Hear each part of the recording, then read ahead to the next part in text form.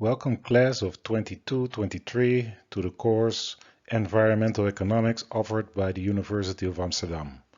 I am your course coordinator, Yuri Sol. You find yourself in the 8th edition of this course and the 4th edition of the minor Sustainability in Economics. This year we have 3 new courses which allowed for an elective structure. For those minor students, I hope it was possible to enroll you in the course of your choice.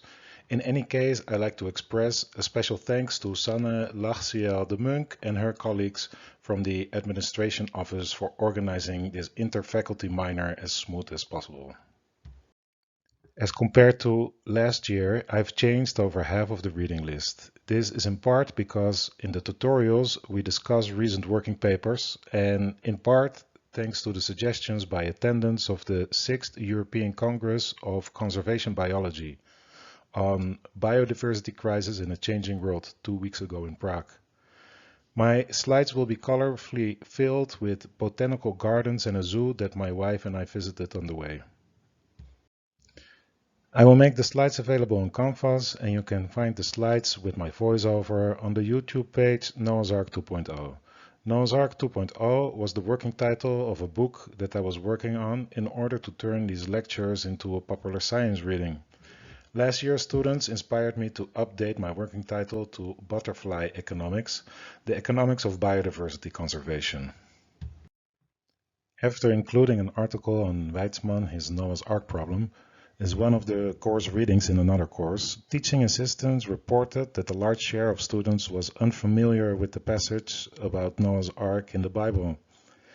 One may argue that this is all the more reason to remind people of the Genesis flood parable, Utnapishtim's preserver of life in the Epic of Gilgamesh, or other versions of a story where a hero builds a boat to protect biodiversity from drowning in a global flood.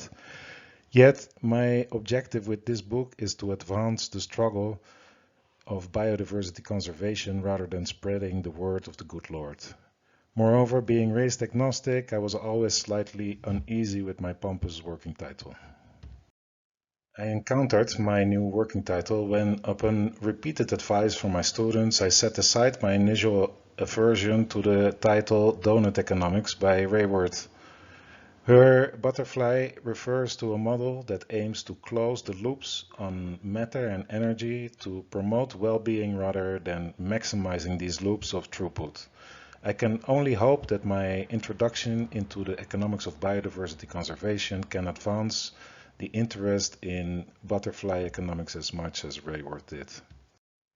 Butterfly economics is also about the love for economics and admiration of insights by different scholars.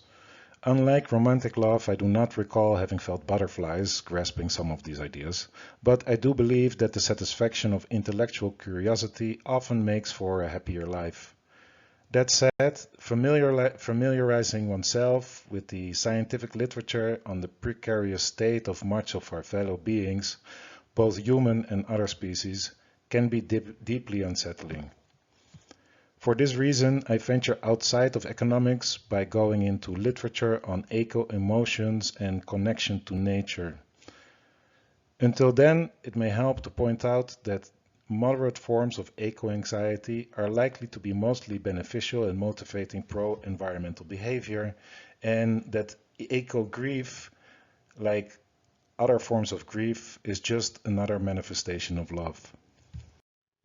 In Lecture 1, we begin with a reflection on what the study of economics entails, where we focus on the different forms of scarcity and briefly reflect on abundance. It also sets apart the environmental economics and ecological economics schools of thought. We continue with some insights from the former in Lecture 2, covering topics one typically finds in introductory textbooks on economics in relation to the environment, such as externalities and the tragedy of the commons. We focus on carbon pricing in Lecture 3, where some notion of time discounting will be essential to understand the wide-ranging estimates for the social cost of carbon. In Lecture 4, in week 5, we transition to the more ecological economics-oriented literature, where we familiarize ourselves with various methods for the monetary evaluation of nature. Due to the broad nature of this topic, my review on to what extent monetary valuation is appropriate to capture values of nature is relatively incomplete. Lecture 5 deals with the question whether green growth benefits the environmental quality and/or human well-being. We revisit Jevons paradox, Easton's paradox, and review some policy suggestions from the post-growth literature. Aside from insights on eco-emotions, Lecture 6 discusses the extinction of experience feedback loop that posits that decreases in contact with nature weaken willingness to protect it. Here, we also look into the idea of leverage points from system dynamics and literature on re-establishing human-nature connections. Hopefully, my fluttering through the history of economics can inspire you to become butterfly economists. Also, please do not hesitate to leave your questions or comments. These will be most useful to show me where my lectures still need work.